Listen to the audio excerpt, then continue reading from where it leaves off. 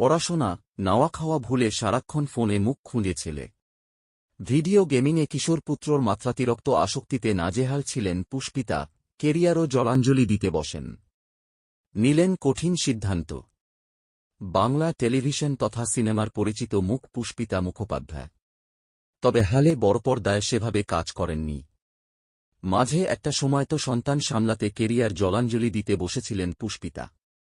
তবুও লাভ হয়নি। অবশেষে ছেলেকে নিয়ে চরম সিদ্ধান্ত নিলেন অভিনেত্রী। শতচেষ্টা করেও ছেলের আসক্তি কাটাতে ব্যর্থ। ফোন সারাক্ষণ গেম খেলে ছেলে। দিদির মঞ্চে হাজির হয়ে রচনার সামনে এই দুশ্চিন্তার কথা মাস কয়েক আগেই জানিয়েছিলেন পুষ্পিতা।